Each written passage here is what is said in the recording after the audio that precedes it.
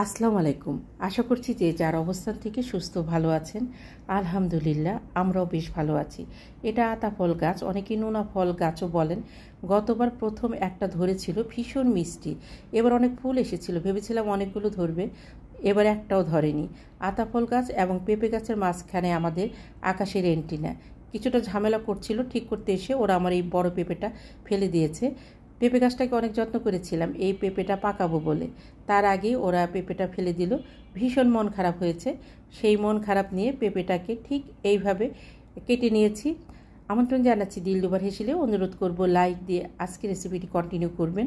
আশা করছি রেসিপিটা আপনাদের কাছে ভালো লাগবে। ফুটন্ত গরম পানিতে সামান্য লবণ দিয়ে পেঁপেটাকে 1 মিনিটের মতো ভাপিয়ে ঝরিয়ে রেখেছি। একটা কড়াইতে পরিমাণ মতো তেল দিব। তেল দিয়ে নেওয়ার পরে আমি গ্যাসের ফ্লেমটাকে অন করে তেলটাকে গরম করে নেব।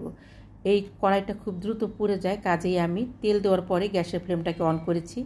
ফোড়নের জন্য আমি 2টো এলাচ, 3টা লবঙ্গ, 1 ইঞ্চি করে 2 টুকরো দারচিনি এবং 2টো তেজপাতা দিয়েছি। 30 সেকেন্ডের মতো ভেজে নেব। যখন খুব সুন্দর সুঘ্রাণ বের হবে তখন এখানে একটা পেঁয়াজ ব্যবহার করব। পেঁয়াজটা খুব কুচি করে কেটে নিতে হবে না, একটু মোটা মোটা করে কেটে নিলেই হবে। 30 সেকেন্ডের মতো পেঁয়াজটাকে ভেজে নেব। 30 সেকেন্ড পরে বড় সাইজের যে রসুন থাকে সেখান থেকে 2টো কোয়া আমি একটু কেটে নিয়েছি। ঠিক এইভাবে কেটে রসুনটাকে ব্যবহার করব। আমার ছাদ বাগানের পেঁপের সঙ্গে খুব সামান্য গরুর কলিজা মিশিয়ে মজার একটি ভাজি রেসিপি আপনাদের সঙ্গে শেয়ার করব। পেঁয়াজটা যখন ঠিক এই ধরনের কালার চলে আসবে সেই সময় এখানে কিছু মশলা যোগ করছি। 1 চা চামচের কম আদা রসুন এর পেস্ট নিয়েছি, সামান্য জিরা, খুব সামান্য ধনিয়া এবং একটু লবণ নিয়েছি পরিমাণ মতো। এখানে হলুদ বা শুকনো মরিচের গুঁড়াটা ব্যবহার করব না। পাত্রটা ধুয়ে খুব সামান্য পানি দিয়ে মশলাটাকে নেড়ে চেড়ে কষিয়ে নেব। যখন এই মশলার পানিটা একদম কমে যাবে সেই সময় আমি এখানে আরও কিছুটা পানি যোগ করে মশলাটাকে খুব ভালোভাবে কষিয়ে নেব, যাতে মশলাতে মানে আদা জিরার যে একটা কাঁচা ফ্লেভার সেটা না থাকে। এখানে আমি যে মশলাগুলো ব্যবহার করেছি তার মাঝে 1 চা চামচ গরম মশলার গুঁড়াও ছিল। মশলাটাকে খুব ভালোভাবে কষিয়ে আমি এখানে খুব সামান্য গরুর কলিজা এবং একটু ফ্যাপসা আছে, এটাকে গরম পানিতে সেদ্ধ করে পরিষ্কার করে ধুয়ে কেটে নিয়েছি। এখানে 1-150 গ্রামের মতো গরুর কলিজা হবে, তবে এটা মুরগির কলিজা দিয়ে করলে খেতে ভালো লাগে। পেঁপেটা নরম, মুরগির কলিজাটাও নরম, খুব তাড়াতাড়ি রান্না হয়ে যায় এবং সেই ক্ষেত্রে মশলার পরিমাণটা আরেকটু কমিয়ে দিতে হবে। গরুর কলিজার জন্য আমি এখানে মশলার পরিমাণটা একটু বাড়িয়ে দিয়েছি। আমার পেঁপেটার ওজন ছিল 750 গ্রামের মতো, সেই পরিমাপে আমি এখানে মশলা ব্যবহার করেছি। আমার যে সকল বন্ধুরা দিলরুবার হেসেলকে সাবস্ক্রাইব করে পাশে আছেন তাদেরকে অসংখ্য ধন্যবাদ। আর যে সকল বন্ধুরা আমার রেসিপিগুলো দেখছেন এখনও সাবস্ক্রাইব করেননি, অনুরোধ করব রেসিপিটি দেখতে দেখতে সাবস্ক্রাইব করে দিবেন। সেই সাথে আপনাদের মূল্যবান লাইকটা দিতে ভুলবেন না। প্লিজ লাইকটা দিয়ে রেসিপিটি কন্টিনিউ করবেন। কলিজাটা একদম সেদ্ধ হয়ে গেছে। আমি এটাকে অফ ক্যামেরায় একটু পানি দিয়ে আবারও নেড়েচেড়ে সেদ্ধ করে নিয়েছি। এখন ভাপিয়ে ঝরিয়ে নেওয়া পেঁপেটা দিয়ে দিব। পেঁপেটাকে ভাপিয়ে নিয়েছি কিন্তু সেদ্ধ করিনি।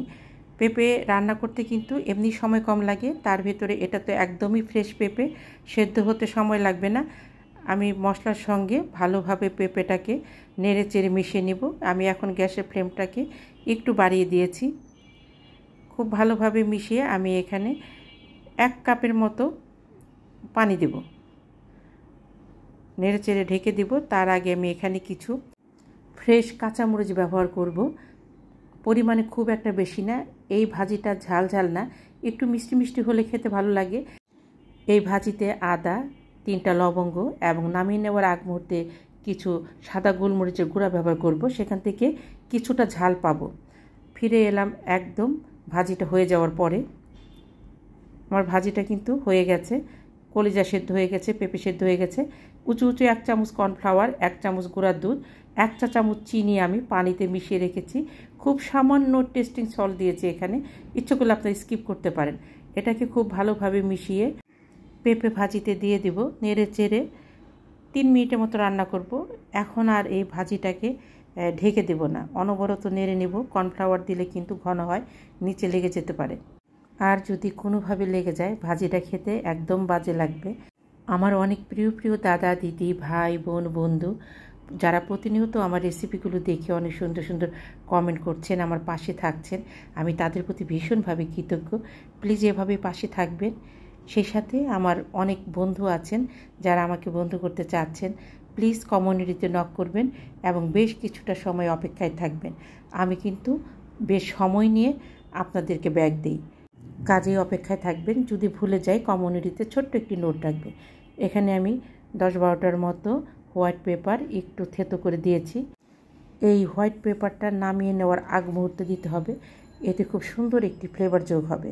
গ্যাসের ফ্লেমটা বন্ধ করে 3-4 মিনিট গ্যাসের উপরে রেখেছিলাম, তারপর এটাকে সার্ভিং বলে ঢেলে নিয়েছি। ঠান্ডা হলে অনেকটা ঘন হয়ে যায়। সাদা পোলাও ফ্রাইড রাইসের সঙ্গে কিন্তু দারুণ লাগে, পরোটা রুটি বা ভাতের সঙ্গেও ভালো লাগে। অবশ্যই পেঁপে দিয়ে এইভাবে একবার ট্রাই করবেন। তবে গরুর কলিজার থেকে মুরগির কলিজা দিয়ে রান্না করলে খেতে বেশি ভালো লাগে।